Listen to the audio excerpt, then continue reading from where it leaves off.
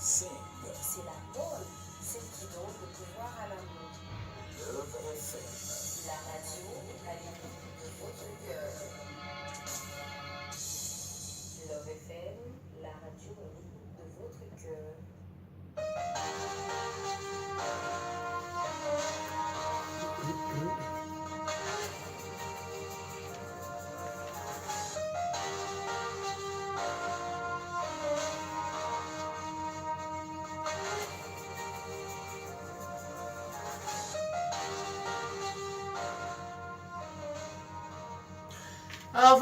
Bonjour mesdames et messieurs, merci de privilégier Love FM dans vos cœurs et dans vos choix et bienvenue à l'écoute de votre émission Espace Santé. Espace Santé, l'émission qui vous parvient tous les samedis quand il est 12h sur la 94.5. Comme vous le savez, mesdames et messieurs, cette émission permet aux citoyens de mieux s'informer sur les maladies, les modes de traitement, de prévention et toute autre attitude adoptée en cas de maladie.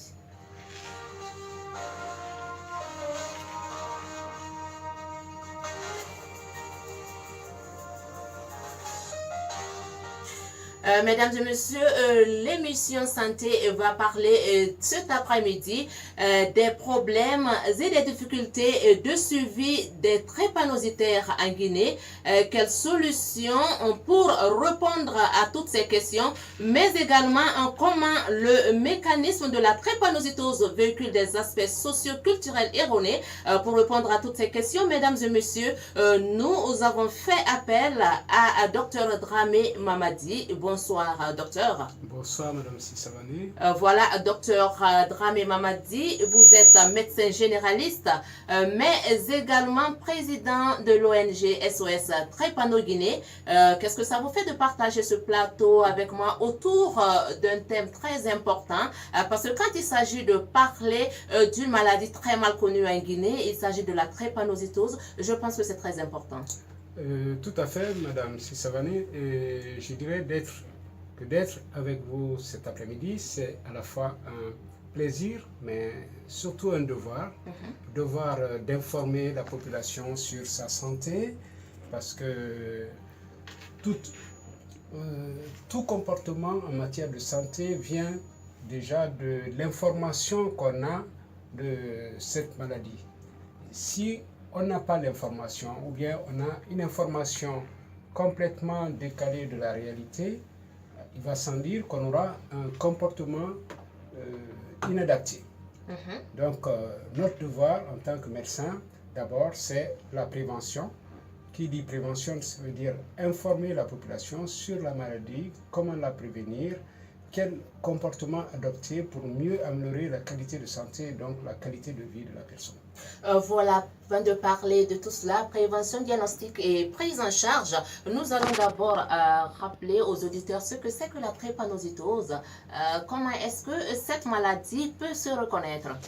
Bien, la drépanocytose, le mot même fait en sorte que la difficulté de la prise en charge devient difficile, aussi bien pour la population en général et le personnel de santé en particulier, puisque le mot même, il va falloir que nous trouvions en Afrique et dans les différentes communautés, différentes langues, un mot mieux approprié, parce que le mot même drépanocytose est difficile à prononcer, à tel point que souvent il y a la confusion avec la trypanosomiase. Les gens, certains diront drépano, d'autres disent trypano. Donc, rien que par cette confusion, il est difficile de savoir qu'est-ce que c'est que cette maladie. Alors, il va falloir trouver des mots simples pour qu'on puisse, si on n'a pas le mot tel qu'il est conçu en français ou en anglais, son équivalent dans nos langues. Puisque dans nos langues, c'est plus les symptômes de la maladie que la maladie elle-même. Puisque le symptôme principal étant la douleur, douleur osseuse, qui se confond avec des douleurs, toutes sortes de douleurs osseuses dans la pensée de la population, ce qui amène à la confusion entre drépanocytose et rhumatisme. Ce qui fait que dans notre centre, nous voyons des drépanocytaires, nous voyons aussi des personnes qui ont des maladies rhumatismales. Bon, on ne peut pas tout de suite d'emblée dire non, nous ne traitons pas le rhumatisme. Avant, c'est une personne qui vient dans notre centre qui dit j'ai le rhumatisme ou j'ai la drépano, avant de confirmer, on reçoit la personne. Avant de faire, c'est les examens cliniques et biologiques qui vont faire la part des choses et la personne est classée dans l'un ou l'autre selon les résultats de ces examens. Donc, la drépanocytose, pour en venir à la définition, c'est une maladie génétique, une maladie héréditaire liée à une anomalie d'une protéine du sang qu'on appelle l'hémoglobine, qui attaque les globules rouges du sang et qui lui donne la déformation en forme de faucille. Ce qu'on appelle, on appelle cette hématie-là une hématie falciforme en forme de faucille. Puisque la découverte a été faite en anglais, en Amérique. Donc le chercheur qui l'a découvert a donné le nom de sickle cell, c'est-à-dire de cellules en forme de faucille, parce que c'est courbé. Alors que, c'est-à-dire, ce globule rouge est en forme de faucille ou en forme de banane ou en forme de croissant de lune, comme on veut. Donc, cette déformation est à l'origine de toutes les manifestations que le malade ressent. Le globule rouge, normalement, a la forme arrondie et son travail, c'est un transporteur d'oxygène. Un transporteur d'oxygène, donc c'est un véhicule qui transporte les marchandises à leur destination.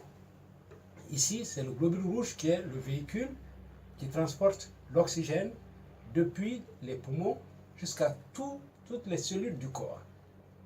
Alors, si ce véhicule n'a pas la forme normale, qui est la forme arrondie, ou n'a pas ces 4 nœuds, si on prend l'image d'un véhicule, il va sans dire qu'il circulera moins, il apportera avec retard ou même sans, il ne pourra même pas bouger, il va stagner, on peut dire, sur le trottoir, qui est la route. Ici, la route, c'est le tuyau de sang, c'est les veines ou les artères. Et le véhicule, c'est le globule rouge. Alors, l'oxygène, ce sont les aliments ou les produits que le véhicule doit transporter. Alors, si le véhicule n'est pas en bon état, il ne va pas pouvoir transporter suffisamment de marchandises.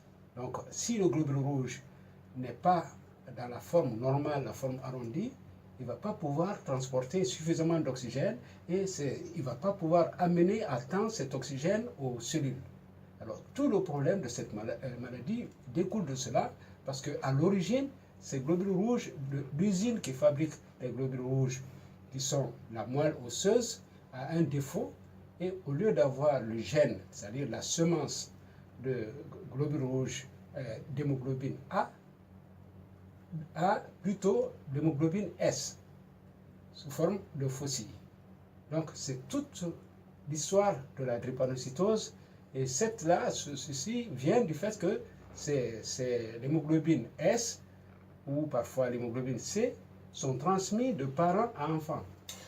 Nous reviendrons à ces différents types de drépanocytose. Et voilà, si j'ai bien compris, c'est une maladie des globules rouges qui déforme ces globules rouges et qui crée ce problème de drépanocytose chez les sujets. Voilà, et dans votre intervention, vous avez dit que c'est une maladie héréditaire. Et dites-moi, docteur, quelle est la couche la plus touchée en Guinée entre l'homme et la femme?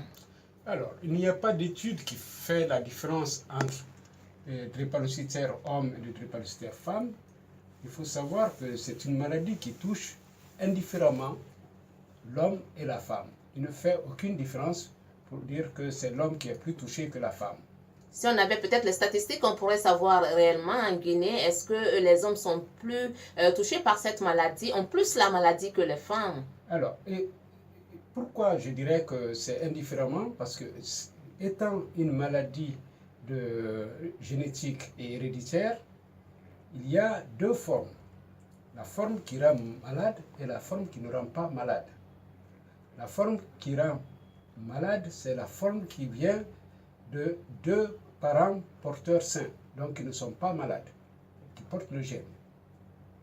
Donc, ça veut dire que un malade, qu'on appellera un malade SS, reçoit la moitié de son S du père et la moitié de son S de la mère.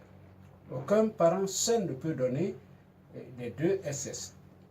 Donc, ceci est très très important, puisque il y a beaucoup de confusion dans cette transmission, puisque quand un enfant est malade, on dit qu'il est SS, tout de suite, on entend certains parents dire non, il a reçu ça du père, c'est son père qui avait ça, ou c'est sa mère qui avait ça. La loi de la transmission ici est telle que un enfant ne peut avoir les deux SS si les parents ne sont pas porteurs. Là-bas aussi, il y a la confusion parce que les parents pensent qu'il faut être malade ou pour présenter des signes de la maladie pour dire qu'on est porteur. Non, on appelle porteur sain. Porteur, celui qui porte le gène anormal. Sain, celui qui n'a aucune manifestation. Voilà, donc, si je comprends bien, deux parents porteurs de gènes sains. Oui. Hein? Non, pas de gènes sains, de gènes anormaux. De gènes anormaux, j'allais dire. Ils sont bien portants. Mais qui sont bien portants, qui n'ont pas de manifestation au niveau de la maladie, oui. Donnent naissance à un enfant de SS. De SS. Là aussi, c'est au hasard. Parce que quand vous avez deux parents qui sont porteurs sains, ils ont dans leur, quand on fait la carte de leur hémoglobine, quand on fait cette analyse, on trouvera qu'ils sont de type AS. Mais ici, chez eux, le A, qui est l'hémoglobine normale, est plus dominant, plus important que le S. C'est pourquoi le S, qui est l'hémoglobine anormale, qui rend malade, ne se manifeste pas puisqu'il est en minorité par rapport au globule rouge du type A, qui est normal. Quelle est la forme la plus grave? Alors, la forme grave, c'est justement ce sujet qui a reçu l'hémoglobine anormale S, la moitié de S du père et la moitié du S de la mère. Donc lui, il n'a même pas d'hémoglobine A normale. Il n'a que de l'hémoglobine S. Il aura de l'hémoglobine, pour faire un peu plus de détails, il aura de l'hémoglobine A2 qui est faible, mais qui n'a aucune répercussion. Donc, il faut encore dire que même si le sujet, un des parents a des manifestations qui se plaignent d'avoir mal parfois au bras, à la tête ou au rein ou quelque chose comme ça, tout de suite on va dire ah, c'est le père ou c'est la mère qui présente ces signes-là qui a transmis.